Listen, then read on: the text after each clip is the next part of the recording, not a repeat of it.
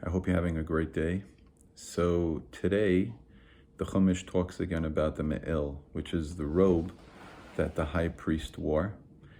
And the way the top of it was that it was folded over, and it says it was like body armor. And that's how it would slide over the head of the high priest. And I think it's interesting when it talks about all the different clothing, it talks about them with different descriptions.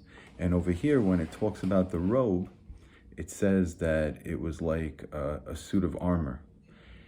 And we know that a lot of times growing up, we are told in Judaism that we are in the army of God, and that even though we're not real soldiers and we're not fighters, so to speak, but we have to have that kind of commitment to the cause.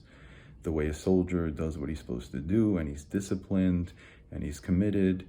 In fact, in Lubavitch, they even have something called Tzivas Hashem, the Army of Hashem, to get the children and kids involved. They get different prizes, and they feel like they're, soldiers, and they get different levels, sergeant and officer and all these different things. But the point I'm getting at is we're better than from the top.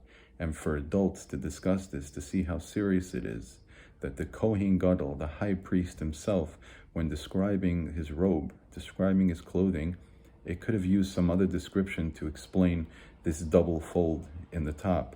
But it says it was like the top of a body of armor, because with all his holiness and all of his sanctity and all of his humility, he still is in the Tzivas Hashem. He's a soldier of God.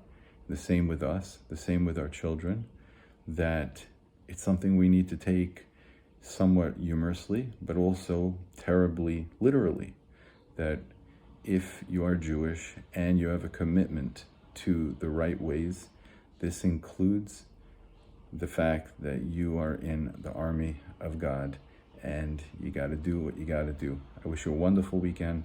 Thank you very much. Bracha v'atzlacha.